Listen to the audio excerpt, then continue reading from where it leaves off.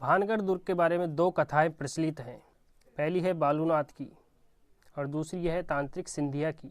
तो हम पहली कथा जानते हैं। भानगढ़ पहले बालूनाथ की तपस्या इसलिए हुआ करता था।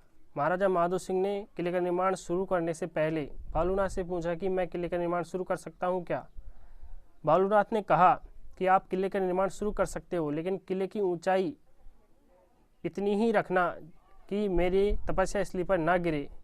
महाराजा माधो सिंह के ख़त्म होने के बाद उनके वंशजों ने किले का निर्माण चालू रखा और इस बात पर ध्यान नहीं दिया कि बालूनाथ ने ऐसा कहा था कि किले की ऊंचाई इतनी नहीं हो कि मेरी तपस्या स्थली पर आग गिरे, और वे किले का निर्माण करते गए। और एक दिन ऐसा आया कि किले की ऊंचाई इतनी हो गई कि बालूनाथ की तपस्या स्थली पर किले की परछाई जा गिरी, और उसी समय बालूनाथ ने यह श्राप दिया कि यह दुर्ग एक रात में खंडर हो जाएगा और यहाँ पर कोई भी जिंदा नहीं बचेगा। उसी रात यह दुर्ग खंडर हो गया और यहाँ पर कोई भी जिंदा नहीं बचा। और ऐसा कहा जाता है कि उन मरे हुए आदमियों की आत्माएं आज भी इस दुर्ग में मौजूद है और वो रात के समय यहाँ होने का एहसास कराती हैं। इसीलिए सूर्योदय के पहले और सूर्यास्त के बाद में यहाँ पर किसी को भी ठहरने की इजाज़त बिल्कुल भी नहीं है। अब हम चलते हैं महल के ऊपर। एकदम बिल्कुल सीधी चढ़ाई है महल के ऊपर, बिल्कुल पत्थर जमा रखे हैं, एकदम बिल्कुल सीधी चढ़ाई है। भानगढ़ दुर्ग की दीवार थी, उसमें 4 गेट बनाए थे सुरक्षा को ध्यान में रखते हुए। पहला गेट था दिल्ली गेट। दूसरा राजकुमारी रत्नावती का मंदिर स्थापित कर रखा है, ये आप देख सकते हैं रत्नावती का मंदिर है जहाँ लोग पूजा अर्चना करते हैं। और दूसरी कहानी है तांत्रिक सिंधिया की। यहाँ की राजकुमारी रत्नावती जो बहुत ही सुंदर थी, और यहाँ पर एक तांत्रिक सिंधिया रहता था जिसका दिल राजकुमारी रत्नावती पर आ गया था।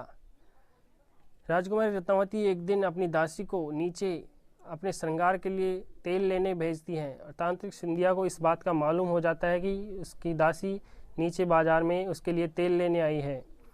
तांत्रिक सिंधिया जो दासी तेल खरीदती है, तांत्रिक सिंधिया उस पर ऐसा जादू कर देता है कि जो भी उस तेल को लगाएगा वह उड़ते हुए उसके पास जाएगा।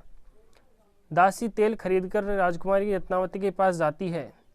राजकुमारी रत्नावती को उस तेल पर जादू टोने का एहसास हो जाता है, और राजकुमारी रत्नावती उस तेल को एक चट्टान पर डाल देती है, और वह चट्टान उड़ती हुई तांत्रिक सिंधिया के ऊपर जा गिरती है।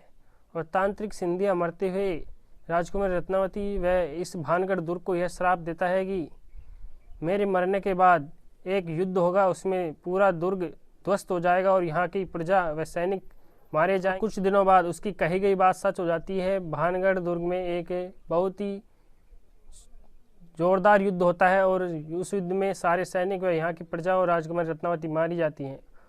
ऐसा कहा जाता है कि जो भी इस युद्ध में मारा गया, वह जो भी इस भानगढ़ दुर्ग के निवासी थे, उनकी आत्माएं यहाँ पर निवास करती हैं और वो पुनर्जन्म भी नहीं ले सकती हैं। इसलिए वह यहीं पर रात को भटकती हैं और अपने होने का एहसास कराती हैं।